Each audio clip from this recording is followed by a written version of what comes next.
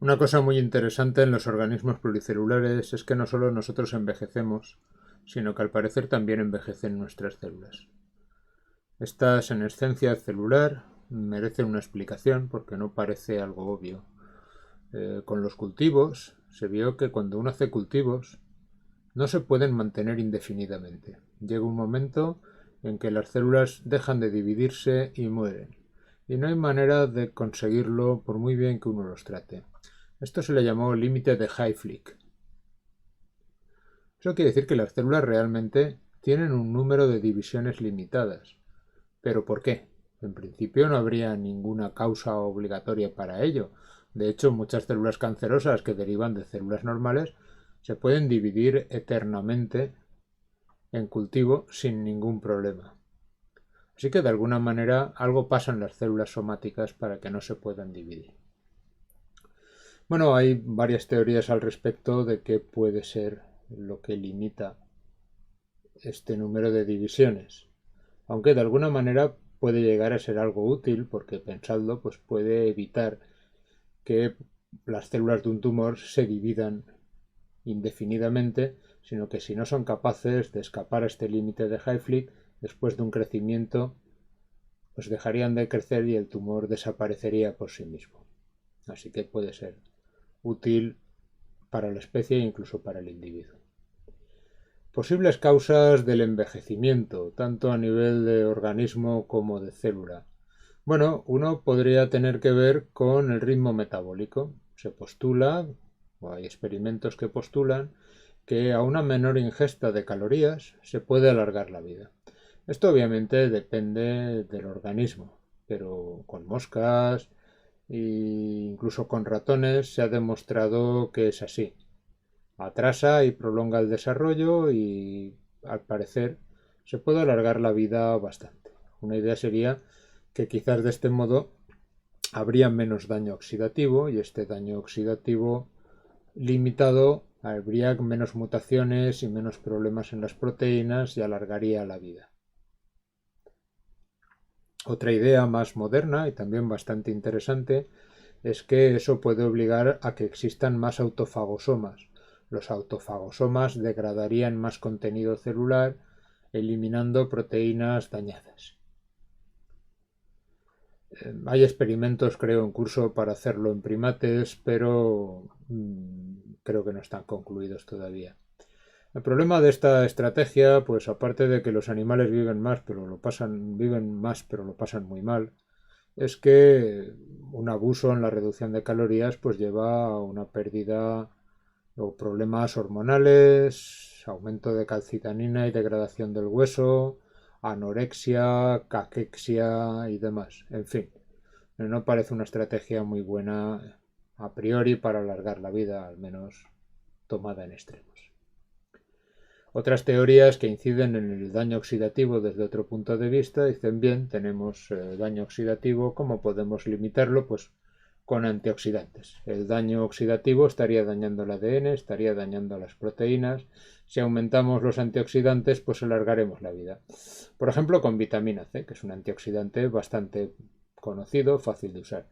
Bueno, el abuso de vitamina C, más allá de lo normal, causa sus problemas como cálculos renales y otros, pero es verdad que se ha conseguido alargar la vida también en organismos inferiores, aunque no parece haber funcionado tan bien en otros organismos.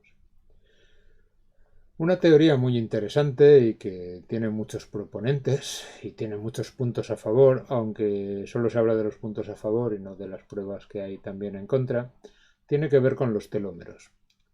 Los cromosomas de los organismos pluricelulares como nosotros son moléculas de ADN lineales y para que no se destruyan por los extremos tienen unas zonas con mucha guanina y citosina que se denominan telómeros. Estas zonas repetitivas no se copian en cada ciclo de la mitosis completo, sino que se va perdiendo un pedazo. Así que llegaría un momento en el que si las células se han dividido mucho por mitosis, que ya no quedase telómero, el ADN, la molécula de ADN se volviese inestable y las células muriesen debido a fallos en la expresión del ADN. Bien, se ha demostrado que hay un acortamiento de los telómeros con la edad en las células somáticas, pero no en las células tumorales ni en las germinales. Es obvio que si una célula ha de vivir para siempre, pues sí que se tiene que mantener la longitud correcta de los telómeros y estos han de ser alargados continuamente. Hay unas enzimas denominadas telomerasas capaces de realizar esta función. Y por otro lado se ha visto también que en enfermedades que producen un envejecimiento prematuro, como en la progeria, que es muy espectacular, o en el síndrome de Down, sean las causas las que sean, las que lleven al envejecimiento, el acortamiento de los telómeros es más rápido, probablemente porque las divisiones celulares pues, son más rápidas o los ciclos son más cortos.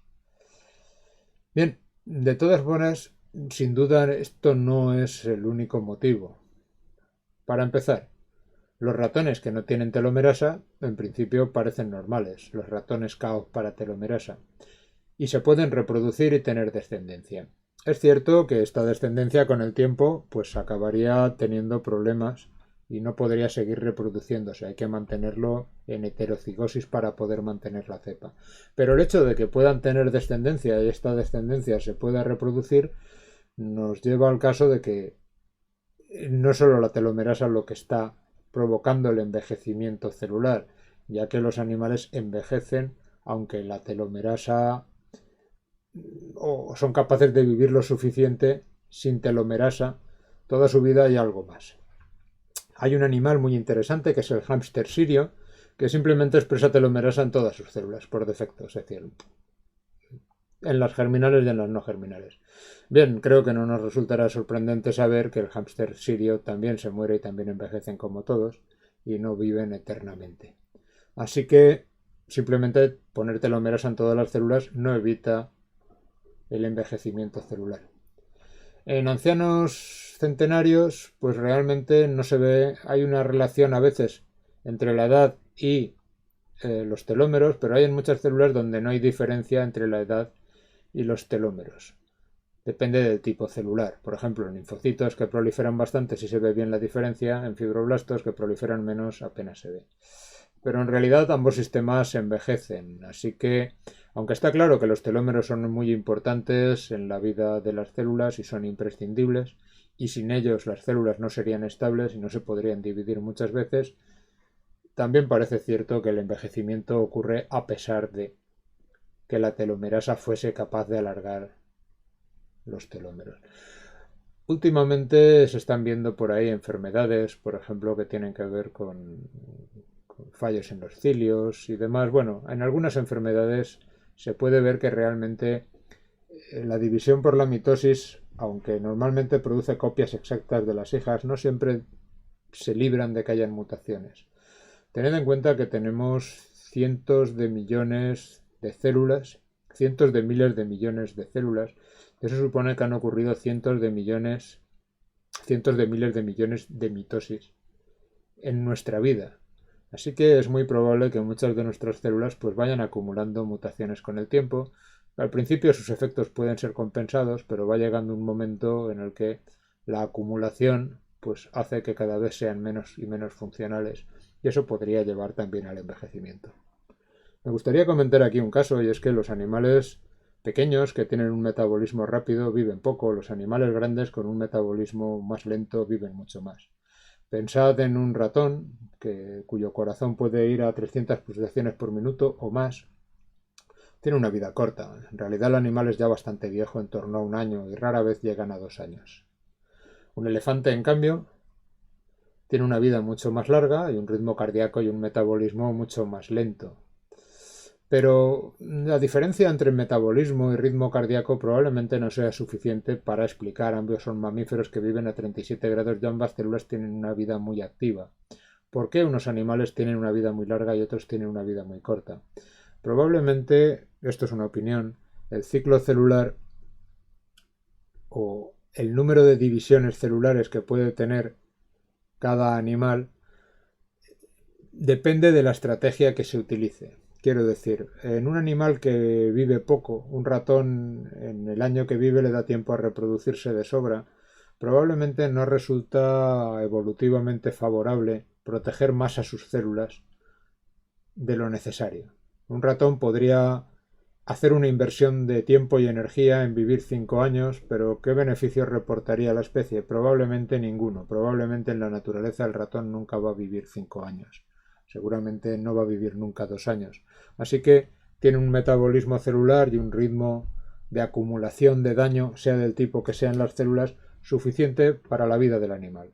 En un animal muy grande como un elefante, donde el tiempo para alcanzar la reproducción es de muchos años y obviamente, seguramente las células están invirtiendo mucha más energía en que no haya mutaciones en el ADN, en que todo funcione correctamente. Eso es un gasto importante, que se compensa de otra manera, pero que en el ratón no saldría a cuenta. En el elefante ha salido, digamos, es favorablemente evolutivamente alargar la vida de la célula invirtiendo en una mejor calidad de la copia de las células y del funcionamiento, mientras que en el ratón, por lo tanto, no lo sería. Cada animal pues tiene una duración de vida, aunque nos pueda parecer corta la nuestra, adecuada a la función que ha realizado a lo largo de la evolución.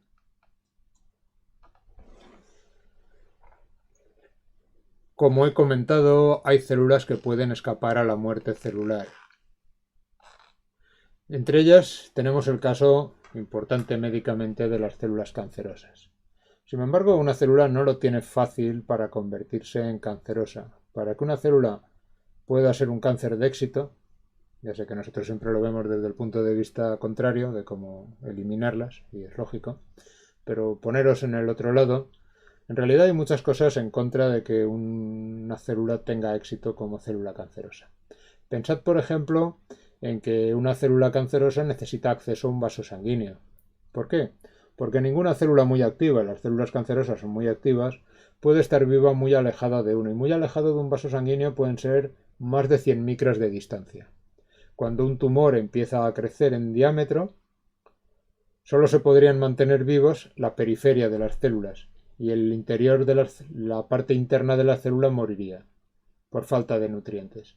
Si quiere de alguna manera crecer como una masa sólida grande, debe atraer a los vasos sanguíneos mediante factores de crecimiento o alguna cosa. Debe tener capacidad de invasión. Si no es capaz de moverse, difícilmente se va a poder extender por el cuerpo. Acabará formando una sola masa y bueno, no será desde luego tan peligroso.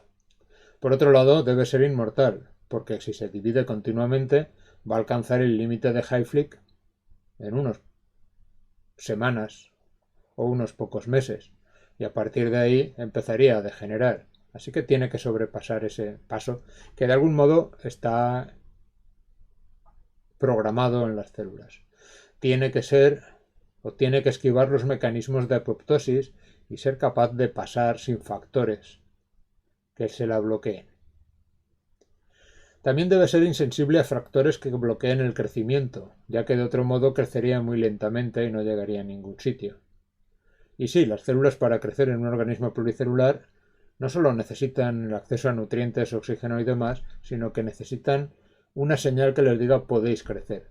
Pues tienen que ser autosuficientes, de alguna manera esquivar estos pasos de control.